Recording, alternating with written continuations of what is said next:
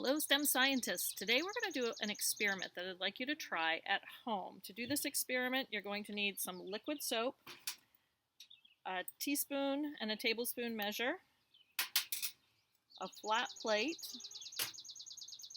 some water. I find that a small rubber spatula helps, and something to blow bubbles with. If you have one of the little bubble blowers, great. If not, I made this one using a paper clip, so you can make one as well. What we're going to do is start with just straight soap and see how many bubbles it blows. And we're going to test it 3 times, and we're going to write down our data. And then we're going to slowly add a teaspoon of water at a time and keep diluting the solution and blowing bubbles and figuring out what is the best ratio of soap to water to create the most bubbles. So this is how I'm going to start. Let me show you my plate. I'm going to take my tablespoon measure. I'm going to squeeze out a tablespoon of our liquid soap. And then I'm going to use my rubber spatula to get this onto the plate because I want to get all of it out and it tends to stick to the spoon. You don't have to do this step, but I'm trying to be scientific, so trying to make sure it is evenly measured. And our first test, we're going to dip our bubble wand into it, and I'm going to see how many bubbles I can blow using this one. So I've got to kind of count quickly because the wind's blowing this way.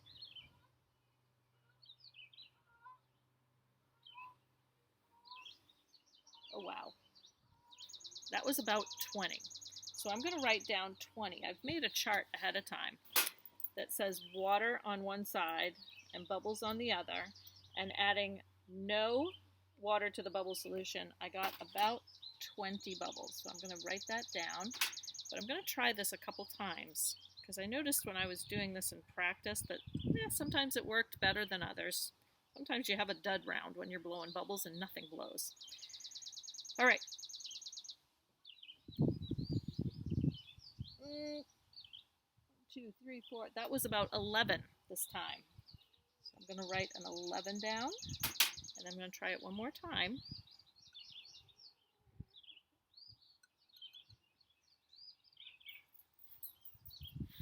Okay, and that time I got 0, so I'll put 0 down.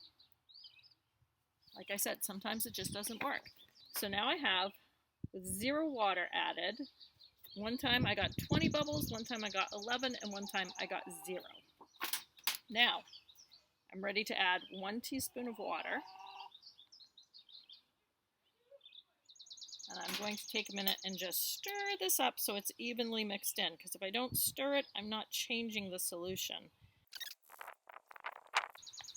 And when I think it's all ready and evenly mixed in, I'm going to try and blow again. The wind's blowing it already. There was 1, 2. That was about 10. So on my next line, where I've written that I'm adding 1 teaspoon of water, I'm going to say that I came up with 10 bubbles. But you know what I'm going to do now? I'm going to test it 2 more times and watch my pencil roll across the table. All right, here we go again. 0.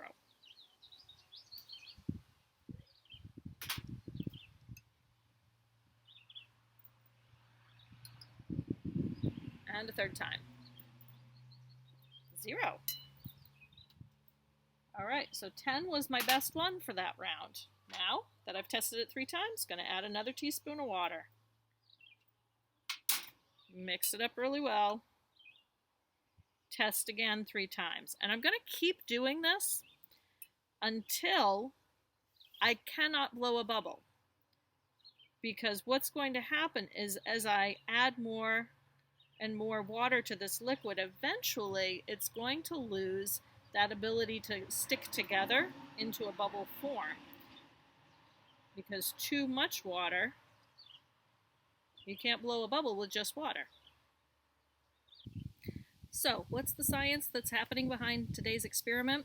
tiny water particles are attracted to one another, almost like magnets, but they prefer to stay connected rather than separate. This is called cohesion.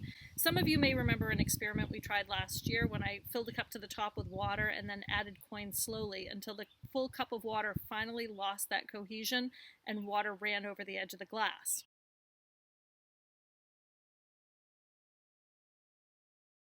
Now, the liquid soap molecules also have a strong cohesion. However, what's actually happening when we blow a bubble is that the bubble solution is making like a bubble sandwich with 3 layers. And what I mean by that is that in that bubble, there are 3 layers. The outer layer is soap, the middle layer is water, and the inside layer is soap.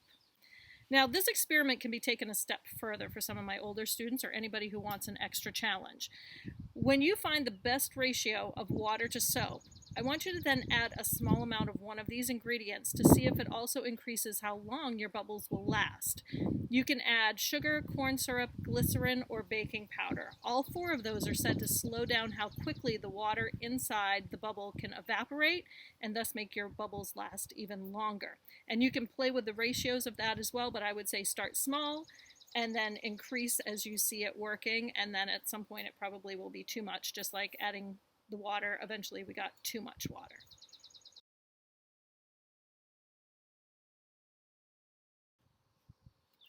Now, when the experiment's all over, I need to go back and look at my data and say, at what mixture was this the best at producing bubbles? And at almost every level, I got a 0 somewhere in there. So I'm going to disregard the zeros. But I'm going to look at the fact that when I had no water in the bubble solution, I got about 20 bubbles. But I'm going to say I almost preferred it at 1 teaspoon of water, because what I noticed was it was really hard to get with 0 water, with no water in it. It was really hard to get anything to even stick to the bubble wand. And that may just be my bubble wand. You might get completely different results. But I noticed it just wouldn't even stick. It took me 4 or 5 tries to get it to create a solid sheen. But when I added 1 teaspoon, it was definitely able to stick better. Now, clearly, I don't want to go all the way down to the bottom here where you're getting like 1 bubble. So I think I would make a ratio of 1 tablespoon of soap to 1 teaspoon of water in order to create the best bubbles and not waste as much time having to dip my wand into the solution. So that's how I'm going to create my bubble solution this summer.